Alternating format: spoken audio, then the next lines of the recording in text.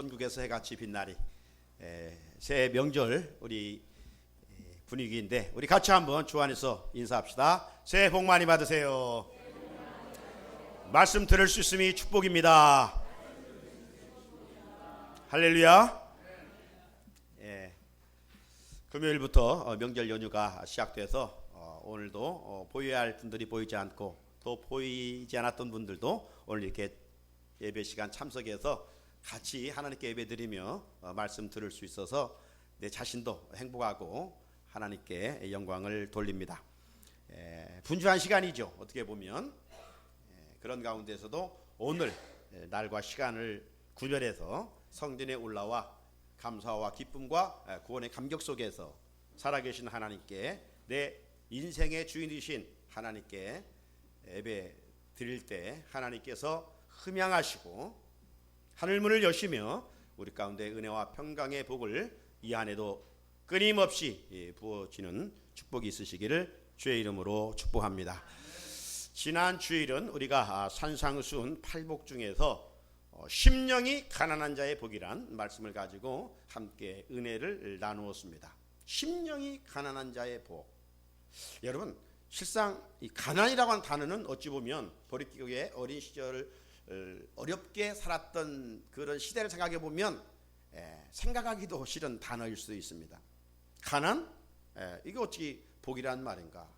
그러나 주님이 말씀하신 복은 단순히 가난한 자가 복이 있다는 것이 아니라 물질의 소유에 대한 많고 적음의 차이의 복이 아니라 앞에 수식어인 심령이 가난한 자의 복입니다. 누가 심령이 가난한 자라고 그랬어요? 말씀에 대한 거룩한 목마름이 있는 자, 영적으로 배고파하는 자, 영적으로 목말라 하는 자가 그 사람이 정말 하나님이 인정하시는 복이 있는 사람이다. 이런 말씀을 같이 나누었습니다. 2020년 새해를 시작하고 음력으로 시작하고 있습니다. 시편은 그렇게 고백했어요. 어느 날 광야를 가보니까 사슴 한 마리가 뛰어다니는데 오랫동안 물을 마시지 못했던 것 같아요. 그래서 그 목마른 사슴을 바라보면서 그런 시를 읊게 되죠. 시편 40편에 보게 되면 목마른 사슴이 시냇물을 찾아 갈급하듯이 하나님 내 영혼이 주를 찾기에 그런 갈급함을 허락해 주옵소서. 시인은 하나님과 관계 속에서 메마르지 않기를 부유한 삶을 살기를 원했던 것을 볼 수가 있습니다. 이런 사람이 복 있는 사람이라고 주님은 말씀하셨습니다. 이어지는 8복의 두 번째 오늘의 말씀의 제목은 애통하는 자의 복입니다. 따라서 해볼까요? 애통하는 자의 복. 우리 몸은 어떻습니까? 여러 지체들이 있습니다. 그리고 셀 수 없는 세포들이 서로 연결되어 있는 유기체입니다.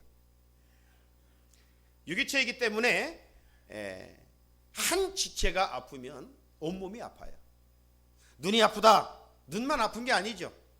우리 몸 전체가 아픔을 느끼게 됩니다. 이가 건강치 못해서 통증을 느낀다. 이만 아픈 게 아니라 우리 온몸이 함께 고통을 느끼게 되는 것이죠. 왜? 서로 연결되어 있기 때문입니다. 이처럼 교회 공동체는 주님의 사랑으로 서로 연결되어 있는 유기체입니다. 따라서 성도들은 다른 성도들과의 관계에서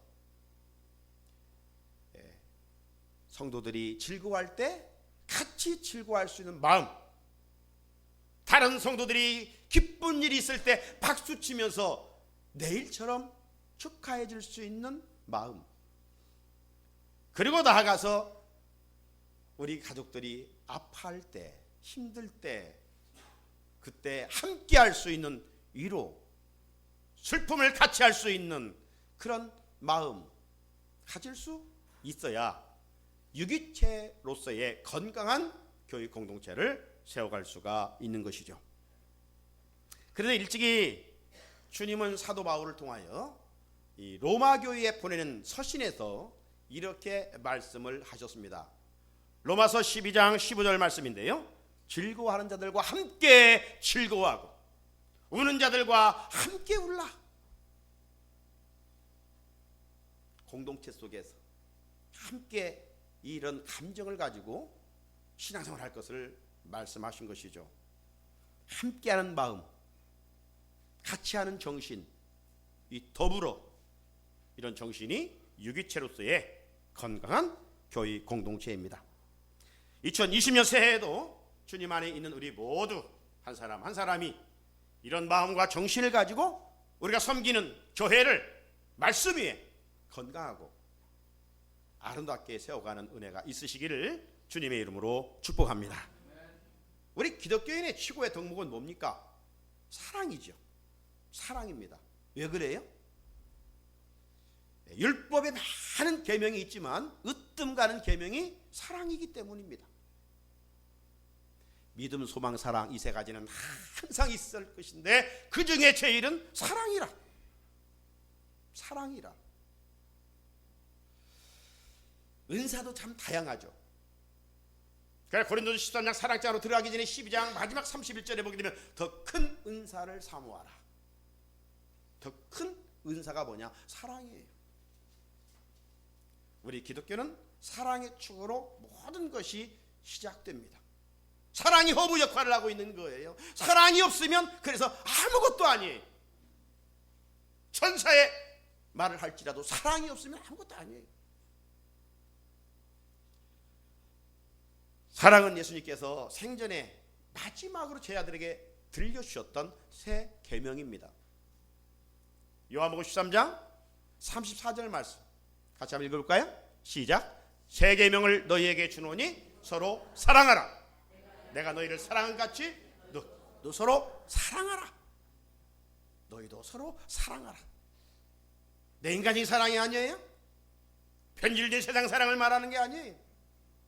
주님이 제 아들을 사랑한 내가 너희를 사랑한 그 사랑으로 살아가라. 그래서 하나님 성품, 우리 주님의 성품을 한마디로 요약하면 사랑입니다.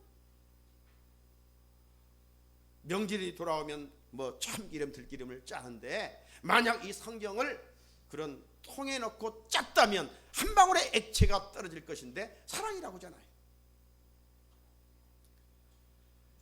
그래서 주님으로부터 가장 많은 사랑을 받았던 사도 요한은 하나님은 사랑이라고 정의했어요.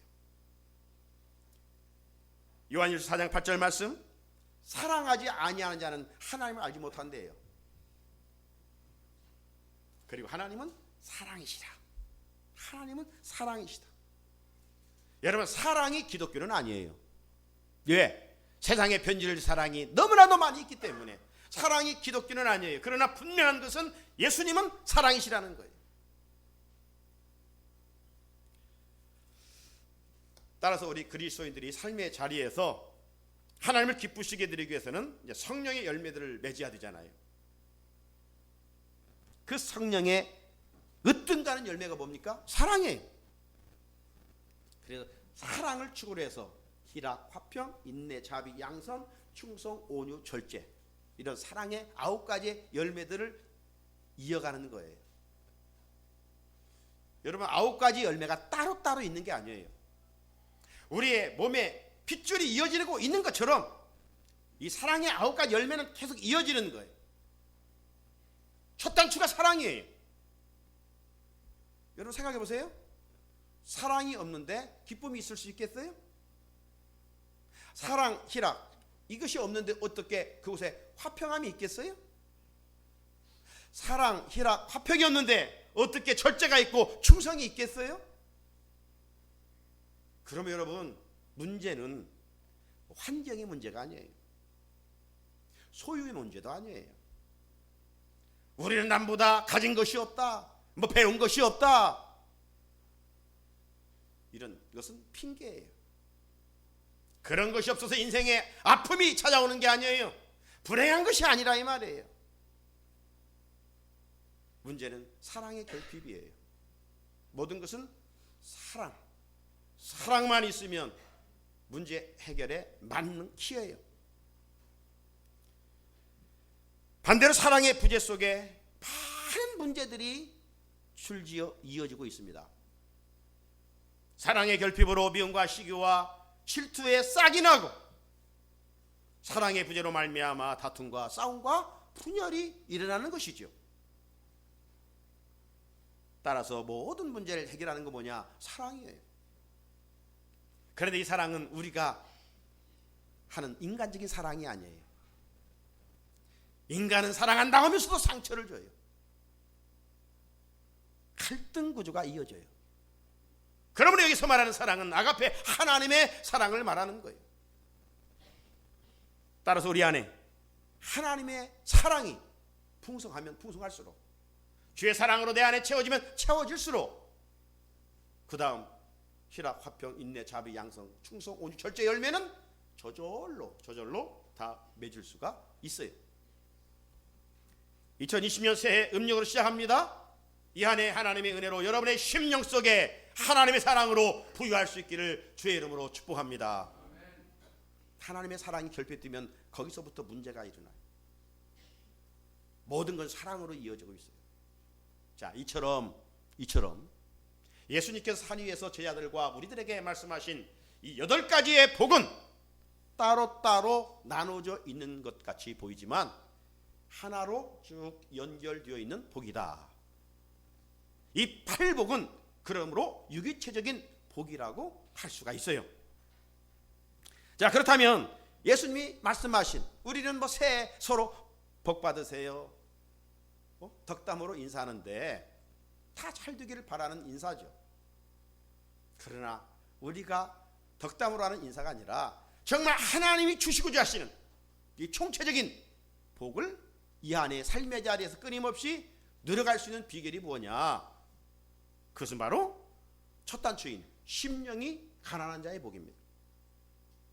우리가 예수를 믿으면서 세상적인 복으로만 채우려고 온갖 힘을 쓰고 산다면 여기에서는 만족함이 없어요. 끊임없는 원망과 불평이 이어질 것입니다. 행복을 노래하지 못할 것입니다. 마음이 가난한 복으로 충만할 때 나머지의 복도 우리에게 채워질 수가 있어요. 자, 그렇다면 마음이 가난한 자, 심령이 가난한 자의 복은 무엇이라고 했습니까? 다른 것이 아니라 말씀에 대한 거룩한 목마름이라고 했습니다. 그렇다면 이 한 해도 우리가 하나님 주신 복을 삶의 자리에서 끊임없이 이어갈 수 있는 비결은 뭐냐? 말씀의 지배를 받는 거예요. 말씀을 앞세우고 살아가는 거예요. 내 경험, 내 지식보다는 전능하신, 세상을 창조하신, 위대하고 능하신 하나님의 말씀을 앞세우고 사노라면 우리의 삶은 주님이 원하시는 복들을 삶의 자리에 이어갈 수가 있어요. 그러므로 우리가 말씀을 소홀히 할 수가 없는 것입니다. 내 안에 말씀으로 채워질 때 두 번째, 오늘 주님이 말씀하시는 애통하는 자의 복도 이어갈 수가 있어요. 자, 그런 의미에서 우리에게 있어 가장 큰 축복의 통로는 무엇인가? 그 축복의 통로는 하나님의 말씀임을 부인할 수가 없게 되는 것이죠. 자, 주님은 오늘 애통하는 자가 복이 있다. 애통이 뭡니까? 우는 겁니다. 여러분, 세상적인 잣대와 기준으로 보면 우는 것이 복이 될 수가 있습니까? 파라독스, 역설적이잖아요. 가난한 자, 우는 자, 이런 자들이 복이 있다. 자, 세상에서는 무엇이, 어떤 사람이 복이 있다고 말합니까? 웃는 사람이 복이 있다고 그래요. 소문 만복내 있죠. 소문 만복내. 웃으면 만 가지 복이 찾아온다. 웃는 얼굴에 침 뱉지 못한다고 그랬어요. 그잖아요. 일로 일소일소, 일로 무슨 말이에요? 한 번 화내면 한 번 늙어지고, 한 번 웃으면 한 번 젊어진다는 말이죠. 웃음은 이렇게 세상에서 축복이라고 말하고 있어요. 1분 웃으면 인상이 변하고 매일 웃으면 인생이 변한다고 그래요. 1분 웃으면 우리 얼굴상이 변하고 매일 웃으면 얼굴이 변해요. 그러므로 웃는 인생은 대박 인생, 찡그리는 인생은 쪽박 인생. 그렇다면 웃음은 우리의 팔자도 고칠 수가 있고 운명도 바꿀 수가 있어요. 웃음은 미움을 사랑으로, 절망을 소망으로, 슬픔을 기쁨으로, 불신을 믿음으로 바꾸는 능력이 있어요. 웃음은 전쟁을 평화로 바꿀 수가 있어요. 웃음에 대해서 얘기할 때 웃음은 마음의 조깅이다. 뛰어서 건강을 지켜가는 것처럼 우리가 웃음으로 건강을 지켜가는 것이다. 웃음은 최고의 면역력이요 최고의 진통제라고 하잖아요. 앞에 언급한 이런 말들, 웃음에 대한 중요성과 가치를 강조하고 있는 말입니다. 하지만 웃어도 이런 웃음은 웃으면 안 되죠. 비웃는 웃음, 쓴 웃음, 이런 건 자기 건강을 해칠 뿐입니다. 아무튼 웃음은 이 마음의 즐거움의 표현이잖아요. 성경도 잠언 속에 우리가 즐겁게 살아가는 것을 분명히 복이라고 말씀하고 있어요. 잠언 15장 13절에 보면 마음의 즐거움은 얼굴을 빛나게 하여도 걱정하지 마, 근심하지 마, 무서워하지 말라. 주님은 끊임없이 우리에게 말씀하시는데도 말씀을 묵상하지 아니하고 세상 문제를 묵상하다 보니까 근심하게 되는데, 그 근심은 네 뼈를 상하게 한다. 네 심령을 상하게 한다. 즐겁게 살아라. 세상이 다인 것처럼 살지 말고 하늘의 산 소망 가운데 살아라. 그래서 예수를 잘 믿는 사람들은 얼굴에 기쁨이 충만하고 웃음이 있지요. 자, 이런 차원에서 제 목회 핵심 가치 중에 하나가 뭡니까? 기쁨이에요. 기쁘게 살아라고 늘 강조하잖아요. 2020년 새해에도 주님의 말씀대로 은혜 충만한 가운데 항상 기뻐하라는 말씀을 따라 복된 삶을 누려갈 수 있기를 주의 이름으로 축복합니다. 자, 앞에 언급한 것처럼 웃는 것이 복이에요. 세상은 웃음은 전염성이 있어요. 웃는 사람이 옆에 있으면 내 마음도 즐거워져요. 함께. 그래서 사람들은 좋은 일이 있을 때 웃습니다. 사랑하는 사람들과 만나면 저절로 웃음꽃이 피어집니다. 아무튼 웃음은 마음의 표현이고 건강한 표현입니다. 하지만 울음은 옆 사람까지 우울하게 만듭니다. 우는 것은요 패배의 상징이기도 해요. 우리 자녀들이 어렸을 때 친구들과 싸우다 지면 울어요. 선수들이 경기하다가 지면 눈물을 흘려요. 울음은 패배의 상징입니다. 또 울음은 배고픔의 표현이기도 하죠. 얘들은 배고프면 울어요. 세상은 그래서 울면 복이 나간다고 그래요. 세상의 기준으로 보면 울음은 복이 아니에요. 자, 그런데 문제는 오늘 예수님은 산 위에서, 아니 오늘 이 시간 거룩한 이 성산에서 우리들에게 말씀하시는 거예요. 애통하는 자가 복이 있다. 애통하는 자가 복이 있다. 자, 오늘 본문 4절 다시 한번 한 절에 읽어볼까요? 시작. 애통하는 자는 복이 있나니 그들이 위로를 받을 것이미요. 아멘. 자, 그렇다면 주님이 말씀하신 애통하는 자의 복이 무엇인가를 한번 생각해 볼 필요가 있잖아요. 여기에 애통, 아픔, 눈물은 뭐 사업이 잘 안 되기 때문에 밤을 치새우면서 그 문제로 인해서 흐르는 눈물을 말하는 것이 아닐 것입니다. 어떤 질병 속에 밤을 치새우면서 그 아픔 때문에 흐르는 눈물도 말하지 않습니다. 사랑하는 사람과 이별 때문에 흐르는 눈물도 결코 말하는 것이 아닙니다. 예수님 말씀하신 여기 애통은 헬라어로 펜세오라고 하는 것이에요. 펜세오. 여러분 사랑도 아가페, 필로스,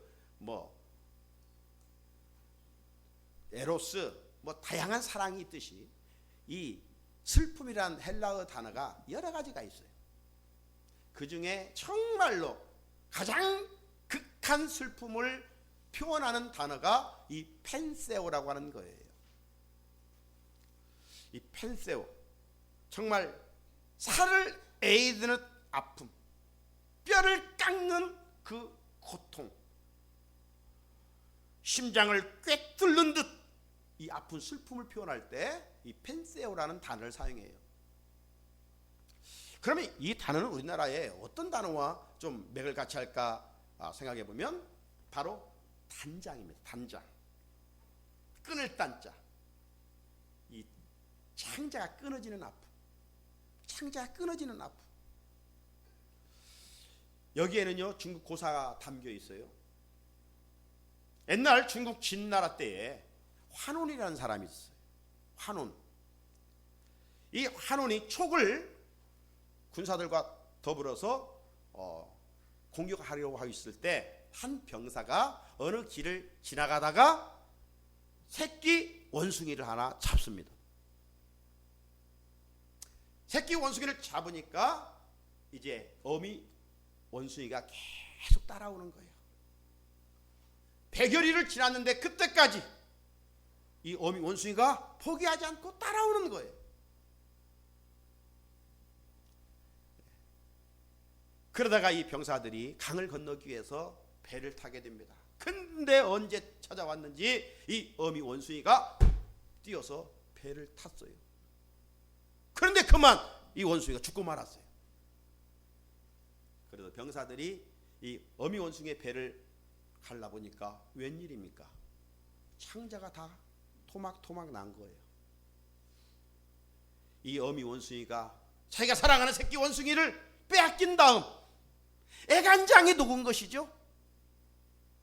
극한 슬픔을 이 원숭이가 느낀 거예요.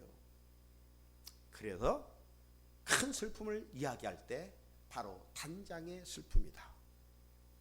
창자가 끊어지는 아픔이다. 오늘 예수님이 말씀하신 애통은 바로 말할 수 없는 큰 슬픔을 말하는 것인데, 이 슬픔은 어떤 일로 인하여 슬퍼하는 것인가? 예수님이 말씀하신 이 펜세오의 슬픔은, 애통은 자기 안에 죄와 허물로 인해서 하나님의 심판과 하나님의 진노가 임할 것을 깨닫고 마음을 찢으면서 통회하며 우는 울음을 펜세오라고 하는 것입니다. 사랑하는 성도 여러분, 예수님 말씀하신 이 애통하는 자의 복이란 세상 일로 어떤 일이 어려웠기 때문에 눈물 흘리는 것을 말하지 않습니다. 예수님의 말씀하신 이 애통은 하나님의 형상으로 지음받은 내가 의롭게 살지 못하고 거룩하게 살지 못하고 구별되게 살지 못함으로 인하여 아파하는 그 고통을 의미하는 것입니다. 나 같은 주인 하나님이 사랑하셔서 당신과 아들까지 내어주시고 그를 십자가에 피 흘려 죽게 하신 후에 그분의 보혈로 우리를 구속해 주셨는데, 우리가 그 구속을 믿는데 그 사랑에 반응하지 못하고 여전히 허물과 취와 더불어 먹고 마시며 세상에 욕심 그 하나 이루려고 양심을 속이며 말씀을 유면하고 세상 가치관대로 살았던 이 연약함을 하나님 앞에 내려놓고, 하나님, 내가 하는 자녀답게 살아야 될 텐데 그렇게 살지 못했습니다.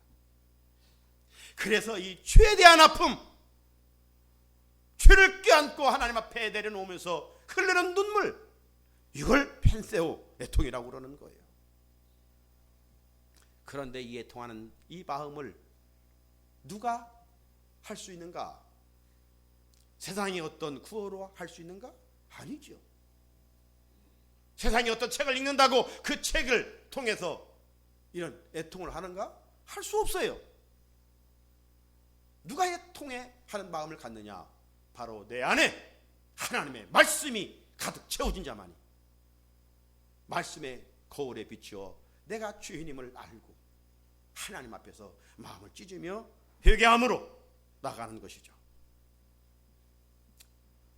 여러분, 어두운 데서는 큰 것도 잘 안 보입니다.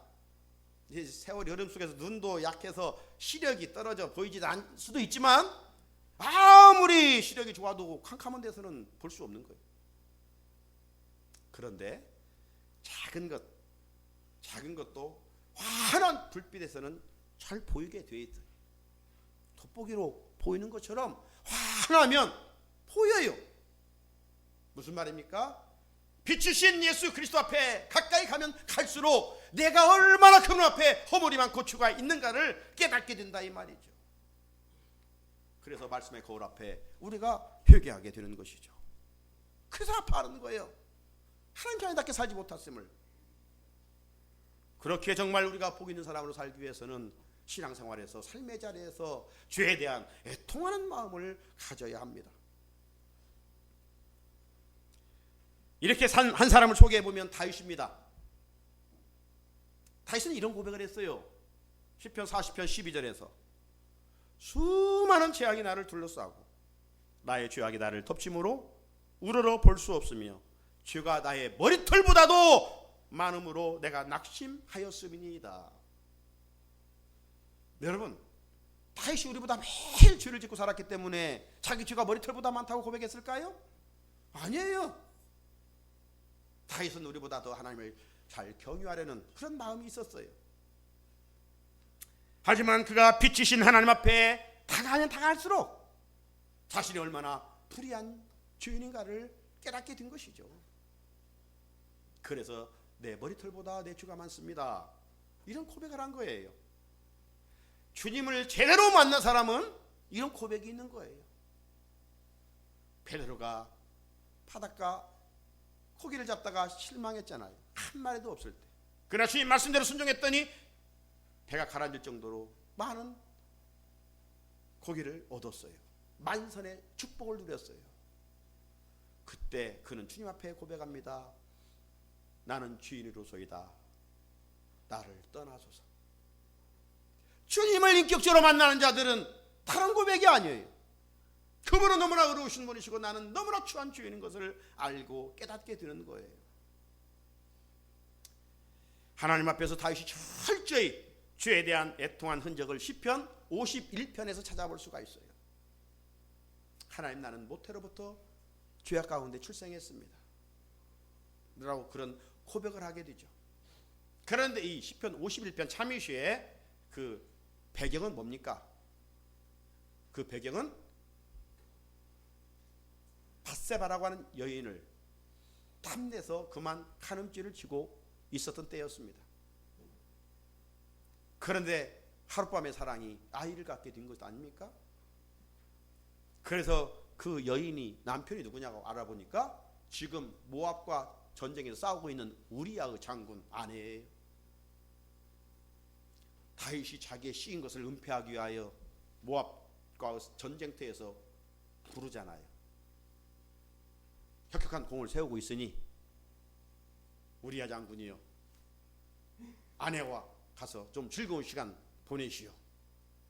그런데 이 우리야 장군은 어떤 사사로운 것에 얽매여 있던 사람이 아니에요. 나라와 민족을 위해서 싸우는 정말 애국의 사람입니다. 다윗에게 정말 충신이죠. 나라를 지키기 위해서 이렇게 몸부림치죠. 제가 어떻게 지금 내 수하의 병사들이 전쟁터에 있는데 내가 가서 아내의 품속에서 하룻밤을 즐길 수 있겠습니까? 왕이시여, 절대 저는 그렇게 할 수 없습니다. 다윗의 계획이 숲으로 돌아갑니다. 그러니까 저에게 술을 먹여라. 술을 먹여서 또 아내의 품속에 지내게 하려고 했는데 끝까지 가지 않습니다.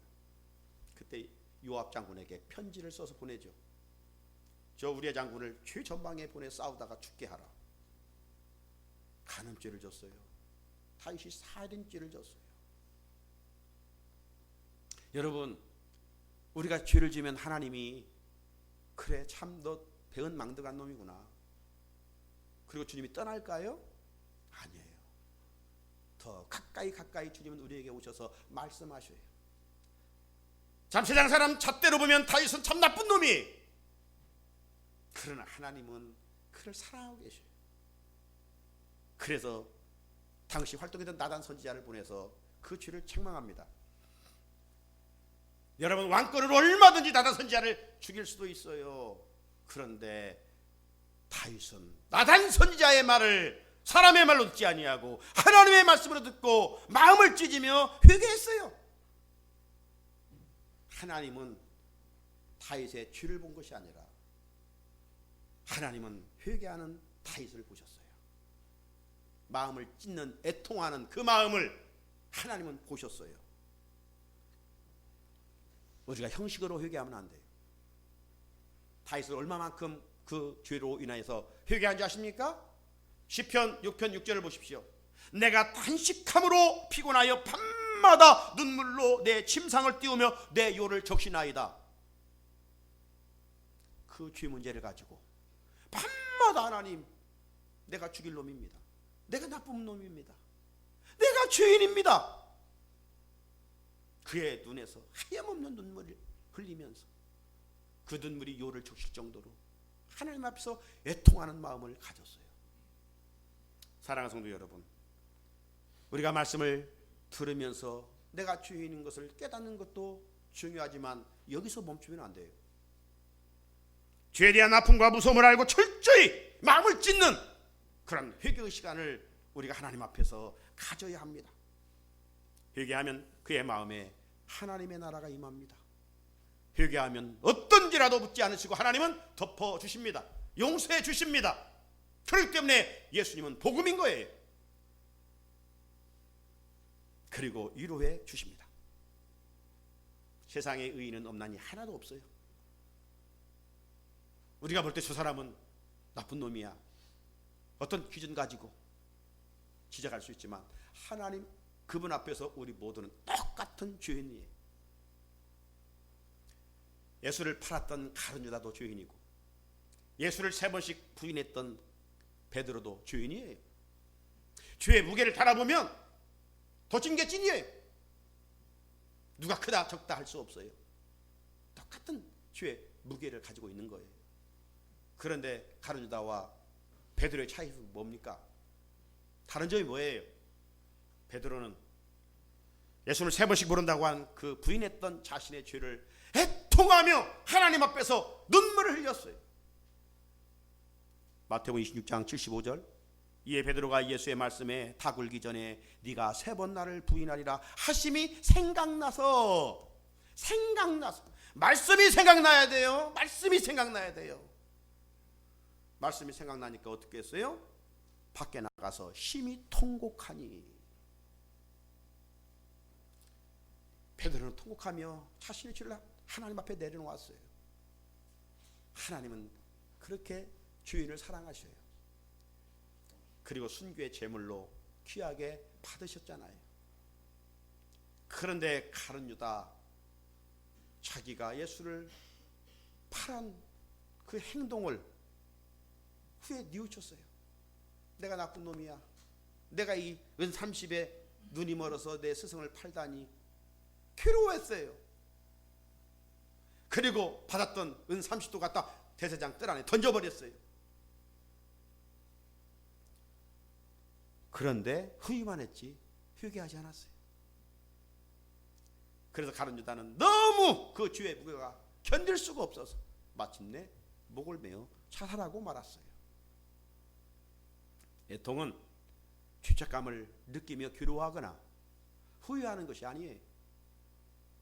애통은 내 있는 죄의 문제, 사람에게는 끄집어낼 수 없는 죄의 문제일지라도 하나님 앞에 있는 그대로 내려놓으면 하나님은 탕자의 아버지가 탕자를 품에 안고 그냥 그의 권위를 회복시켜 주신 것처럼 그 사랑을 우리에게 부어주셔요. 사죄의 은총을 주셔요. 나아가 애통하는 자에게는 삶의 방향을 전환시켜서 새로운 삶을 살아가도록 이끌어 주셔요. 그래서 주님은 산 위에서 무리들과 제자들에게 선포하십니다. 애통하는 자는 복이 있다라고 말입니다. 결론입니다. 사랑의 성도 여러분, 스펄전 목사는 마른 눈으로는 절대 천국에 들어갈 수 없다. 마른 눈으로는 절대로 천국에 들어갈 수 없다. 눈물은 하나님이 보시기에 가장 아름다운 다이아몬드다. 왜 이렇게 표현했을까요? 애통하는 그 눈물이 하나님의 위로를 통해서 새 힘을 얻게 하시는 축복이고, 또 이 애통이 결과적으로 하나님의 위로를 받게 되며 나아가 하나님의 나라를 기업으로 누릴 수 있기 때문입니다. 내 손가락에 다이아몬드 반지가 없음을 안타까워하지 말고, 죄로 인해 흘리는 거룩한 다이아몬드인 눈물이 없음을 우리는 안타까워할 수 있어야 합니다. 2020년 새 음력으로 시작합니다. 나를 새롭게 하고 나를 거룩하게 만드는 능력의 통로는 하나님의 말씀입니다. 말씀의 거울로 자신을 날마다 비춰보면서 허물과 죄를 하나님 앞에 고백하며 살아갑시다. 죄에 대한 애통하는 마음을 갖고 살아갑시다. 그러면 때마다 시마다 주님 찾아와 주셔서 우리를 위로해 주시고, 우리에게 은혜 주시고, 우리와 함께 하시고, 하늘나라 소망으로 충만케 하실 것입니다. 누가 복 있는 사람입니까? 주님은 우리에게 지금 말씀하십니다. 애통하는 자는 복이 있나니. 기도하시겠습니다. 거룩하신 하나님 아버지,